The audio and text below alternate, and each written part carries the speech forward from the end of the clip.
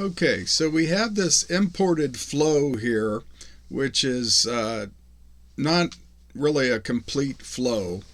And what we want to do is just kind of test the first part of this. So I'm going to do a couple of things here. I'm going to start with my debug, as we always, debug is very nice to kind of see what's happening. So I'm going to start here with a debug. And as I've showed before, I like to use this node status option so it'll show you some output right on the screen. And I'm just going to connect that right now. I'm going to connect it over here to just the output of this build the URL. And so we'll look at that, and then we're going to inject a string into this. So what we want to do is we want to just kind of test the different nodes of this right now. So I'm just going to use an inject. But now what we're doing here is this URL is supposed to query airports. It's going to select the data, or it's going to query the NOAA server from local airports, or actually airports around the world. So we have to know the airport codes.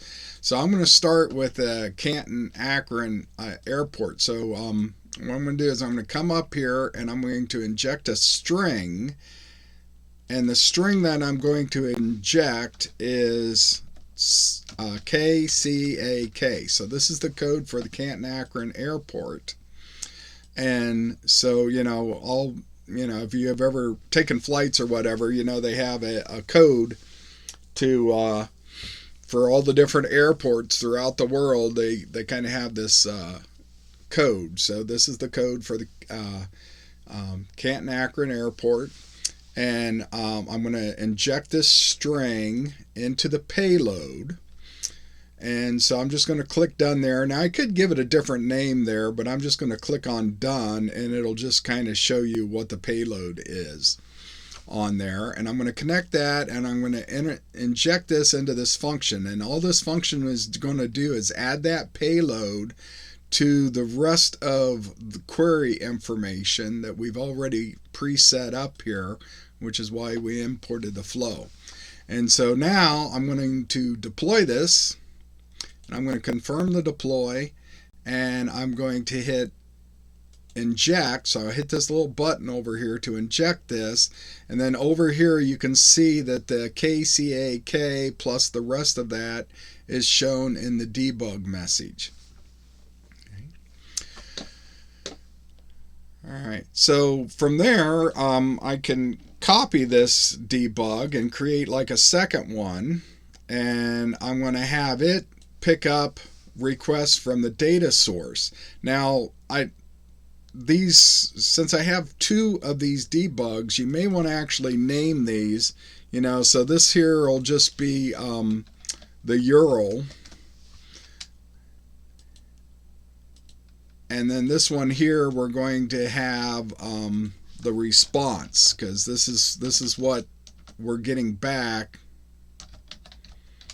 from the request, because this is actually doing the request here. And so now, again, anytime we make a change, we have to hit deploy. So I'm going to confirm deploy, and I'm going to inject this again. And then when I inject it, you see, oh, look here, I have some XML. So this is returning XML data. And so if we hit the debug, we can see that. Now, I've got a lot of debug messages in here.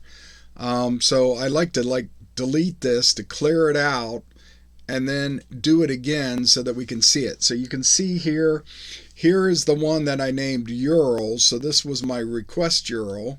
And then this is what was returned, and it's an XML. Okay, and so when you click on this, sometimes it's kind of hard to read this. So you could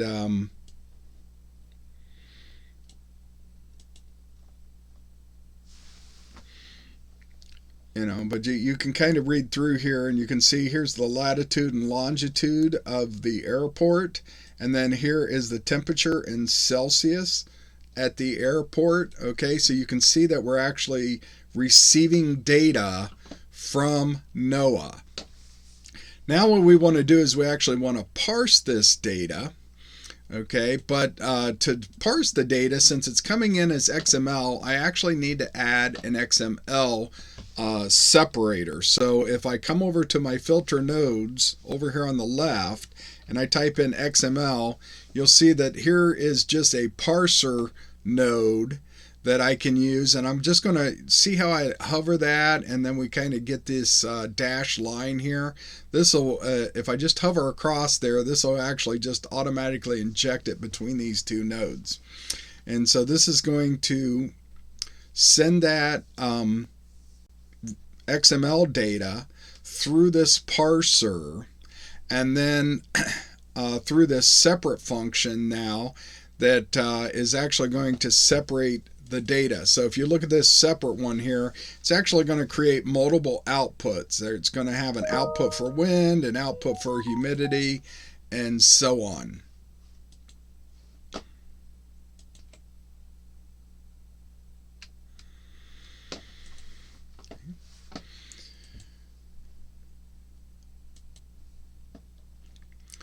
All right, so we have the XML data now coming in. We're going to process, we're going to run this through this function, which is going to separate out the different part, the wind, the humidity, the temperature in Fahrenheit, the station ID, all that kind of stuff. So now one of the things we can do with Node-RED is it has what they call a dashboard interface or a user interface. Sometimes also referred to as maybe like an HMI. So I'm going to use one of those tools now. So what I'm going to do here is I'm going to type UE, and I'm just going to select an output, which is just a text output where I want to display this temperature. And so I'm going to come over here and I'm going to connect this output. Now there's actually multiple outputs. I'm just doing the one box now. So again, if we look at this, we see we have multiple different outputs. I'm just going to select the one and put in Fahrenheit. So now in this text box, we have a group. So you can actually have multiple different displays there. And so as you can see, I have quite a few, and I'm going to just go ahead and like add a new user interface group here. Okay, so I'm going to click on this and just give it a new name.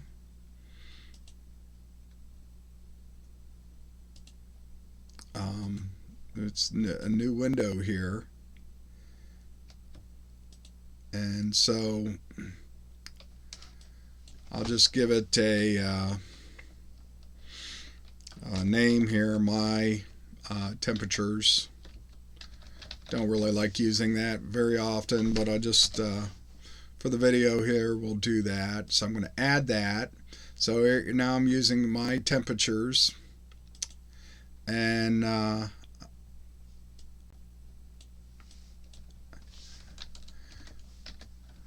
my temp group. Okay, and just kind of add that, and then we have a label here, so we can label this. This is going to be the temp, and then down here you see the value format. They give us the message payload. That would be the entire payload, but we want to just pull out the Fahrenheit piece. So notice like the double curly braces, and then message.payload, and then .Fahrenheit to get the one that we already had that. And then again, you could put like a name down here that would display as the node, or you can just kind of leave that and it'll display it here. So now I'm going to deploy this, and we come to a different window here. So to go to the UE, you put in your 192.768.7.2:1880, but then you put in /UI, and that'll take you to the user interface. Now there's, you remember I just created a temperature group, and then there was temperature in there. Okay, and so now this is the label. Okay, so this is the label for the temperature group for my temperatures. And then when I inject, so if I click on inject now, it's going to process the data, and then the temperature here, you can see, right, it's now 8.1 degrees Fahrenheit at the Canton-Akron airport, right? So we're having a very, very cold day here today in January, so it's 8 degrees, and that's Fahrenheit, right? So that's like negative in Celsius. Okay, so if we wanted to add Celsius, let's just see what it is in Celsius here. So I can like come over here, I can copy and paste this and connect this, and now I just have to change, right? So over here in the parse data we have Celsius, okay, which is actually just coming out as temperature, or is the temperature. So but here I need to put the Celsius name on it. Okay. And then I will say done. I will deploy. Okay, and then, and I could have relabeled this, you know, Celsius or whatever here, deployed again now that I made that slight change. And then inject this, and then we should be able to come over here and we can see that, right, this is minus 13 degrees Celsius or 8.1 in Fahrenheit. Okay, so that shows you how to use the dashboard.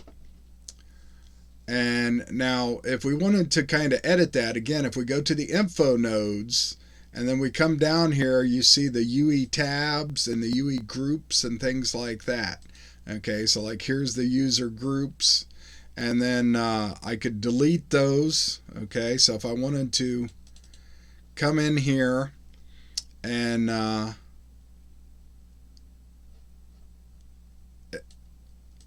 I guess what I need to do is I need to choose a different one. Okay, or if I choose this one I just created, okay, I need to kind of edit this. I need to come in here and edit this one, and then you can delete these. Okay, so I deleted that one, so I'll have to choose some other option in there, and then I can update that. And then here we had this my temp group, right? And so if I want to delete that, so I'll delete the temp group, but then I'll have to choose something else there. And then here I'm just going to delete these for now. I'm done with them for this video.